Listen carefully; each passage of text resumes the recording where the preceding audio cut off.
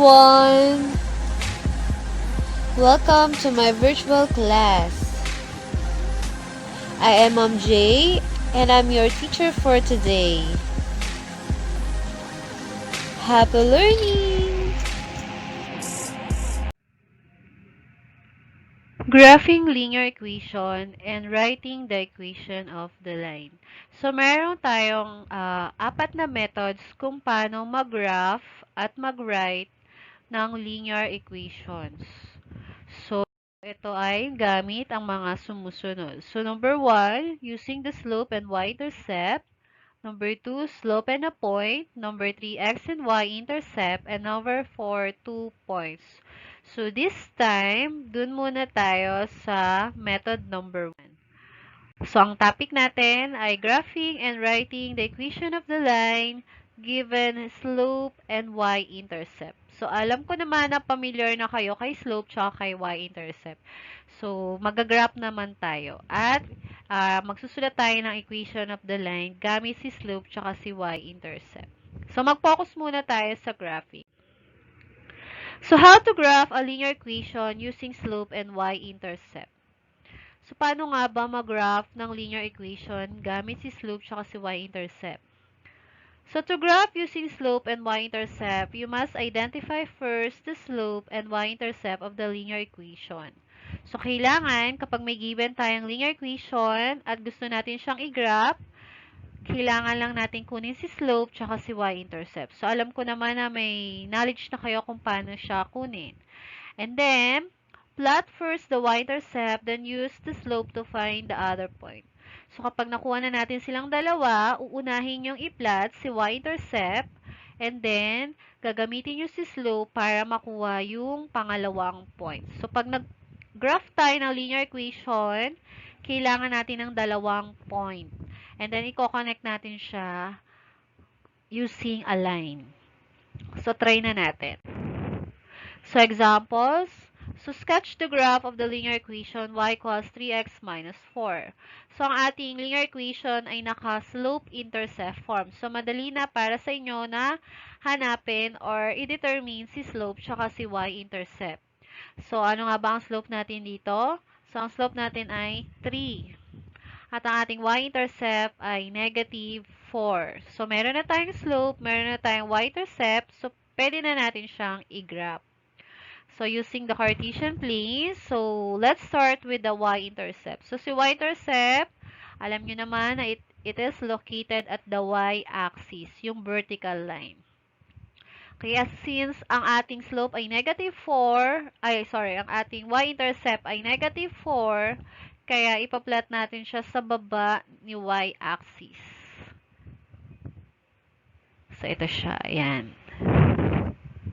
So, yan ang ating y-intercept which is equals to negative 4. And then, kukunin natin yung pangalawang point gamit si slope. So, use the slope to find the other point. So, apply natin yung concept ni slope na rise over run.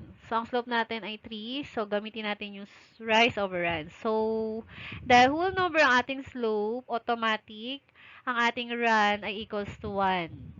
So, mag-rise muna tayo. So, ang rise natin ay 3. So, pag sinabing rise, going upward. So, bilang tayo ng 3 units from negative 4. So, 1, 2, 3. And then, ang ating run ay 1. Kasi wala namang denominator si slope. At dahil positive naman yan, so, going to the right tayo. So, isang unit lang to the right. So, 1. So, dyan na natin ilalagay yung pangalawang points. So, pag meron na tayong dalawang points, pwede na natin siyang i-connect using a line. Yan. So, ito yung graph. Y equals 3x minus 4. So, ganun lang siya kadali. Let's have number 2. So, sketch the graph of the linear equation 2x plus y equals 3. So, ating linear equation ay naka-standard form. So, dapat i-write nyo siya as slope-intercept form. Pero, di ba last time, itinuro ko naman sa inyo yung shortcut kung paano kunin si slope tsaka si y-intercept. So, ang slope natin dito ay negative 2. At ang ating y-intercept ay positive 3. So, mag-start tayo with the y-intercept. So, dahil positive ang ating y-intercept, which is equals to 3, dun tayo sa taas ni y-axis maglalagay ng point dun sa 3. Yan. And then, hanapin natin yung pangalawang point gamit si slope, which ang slope natin ay negative 2. So, apply natin yung concept ng rise over run. So, ang rise natin ay equals to 2. At ang ating run, dahil negative yan, so magne-negative 1 tayo. So, bilang tayo ng dalawa pataas. So, 1, 2, at isa pakaliwa kasi negative yung ating slope. At dahil whole number yan, automatic may 1 dyan. But then, dahil negative nga yan, so negative 1. So, papunta tayo sa kaliwa, isang unit. Ayan. Then, ilagay na natin yung pangalawang point. So, meron na tayong dalawang point. Pwede na natin siyang i-connect. Ayan. So, ito yung graph ni 2x plus y equals 3. So, pwedeng extended yung ating arrow dyan. Pwedeng pahabayan. Extendable. So, ganun lang kadali kung paano mag-graph ng linear equation. So, kailangan nyo lang i-determine si slope at saka si y-intercept. And then, kapag meron na siya, i-connect nyo lang yung dalawang point. So, how to graph a line using slope and y-intercept? So, this time, given na natin yung slope tsaka y-intercept. So, hindi na kayo mahihirapan pang hanapin silang dalawa. So, ganun lang din. So, plot first the y-intercept, then use the slope to find the other point. So, let's have example. So, sketch the graph of the line given m equals 3 and b equals 2. So, slope natin ay 3 at ang y-intercept natin ay 2. So, let's start with the y-intercept. So, ang y-intercept natin ay 2. So, dun tayo sa upper ng y-axis. Upper part ni y-axis. Doon tayo sa 2 maglalagay ng point. And then, using the slope, we will locate the second point.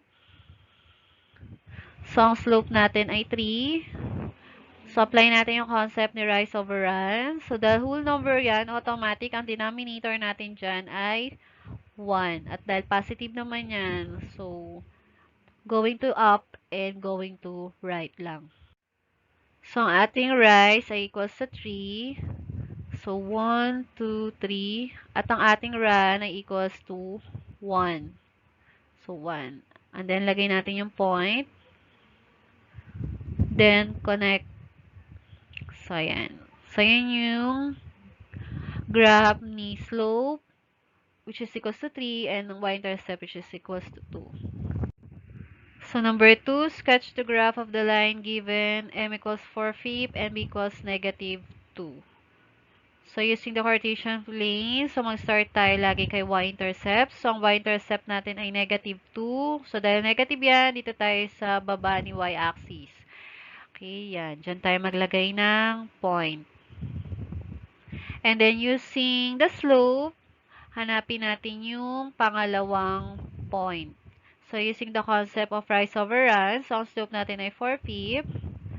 So, ang rise natin ay 4 at ang run natin ay 5. So, bibilang tayo ng 4 na units pataas. So, ang rise natin ay 4. So, 1, 2, 3, 4.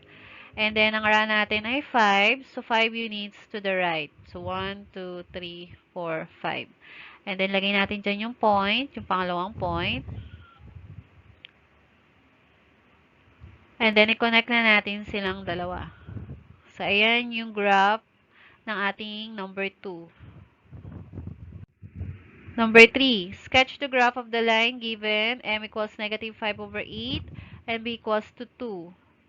So, start ulit tayo kay y-intercept. So, ang y-intercept natin ay 2. So, dun tayo sa taas ni y-axis. Yan, dyan tayo maglagay ng point. And using the slope, we will locate the second point. So, ang slope natin ay negative 5/8. So, apply ulit natin yung rise over run. So, ang rise natin ay 5 at ang run natin ay negative 8. So, yung negative, ilalagay natin siya kay denominator. Kasi hindi pwedeng kay 5 kasi nga, ang concept ni slope ay rise over run. So, ibig sabihin rise, so pataas lang dapat lagi ang ating direction. Kaya ang rise natin ay positive 5. So, bilang tayong 5 pataas. So, 1, 2, 3, 4, 5. At ang run natin ay negative 8. So, ang takbo lang natin ay pakaliwa. 8 units pakaliwa. So, 1, 2, 3, 4, 5, 6, 7, 8. Then, lagay natin yung pangalawang point dyan. So, nalocate na natin silang dalawa. Pwede na natin silang i-connect. So, tatandaan nyo, kapag ang slope natin ay negative, yung negative sign, ilalagay na lang natin siya sa denominator para yung run natin ay papuntang kaliwa. Hindi kasi pwedeng sa numerator kasi ang concept ni slope ay rise over run. So, rise, ibig sabihin pataas lang. Okay, sana naintindihan nyo yan. So, this time, magra-write naman tayo ng equation of the line. So, how to write an equation of the line given slope and y-intercept? So, using slope-intercept form. So, ito yung gagamitin natin. So, y equals mx plus b. So, alam naman natin yung m ay si slope at yung b si y-intercept. So, paano nga bang magsulat ng equation of the line gamit si slope and y-intercept? So, just simply substitute the given slope and y-intercept into the formula and write your answer to standard form. So, isa-substitute lang natin si m tsaka si b doon sa ating slope-intercept form. So, kapag hinihingi yung standard form, i-rewrite nyo lang siya as standard form. So, example na tayo. So, example number 1. Write the equation of the line given m equals 3 and b equals 2. So, di ba ito yung graph ng ating number 1? So, kunin natin yung equation of the line. Using slope equals 3 and y-intercept equals 2. So, gagamit tayo ng slope-intercept form, which is y equals mx plus b. So, ang m natin ay 3. So, palitan lang natin siya ng 3. At yung b natin ay 2. So, palitan lang natin yung b ng 2. So, yan na yung slope-intercept form ng ating number 1. Pero, dahil usually hinahanap yung standard form, so, i-write natin siya as standard form, which is ax plus by equals c. So, gamitan na lang natin siya ng shortcut method wherein si 3x, tinatranspose natin siya, diba? So, nililipat natin siya sa kaliwa. So, magiging negative 3x plus y equals 2.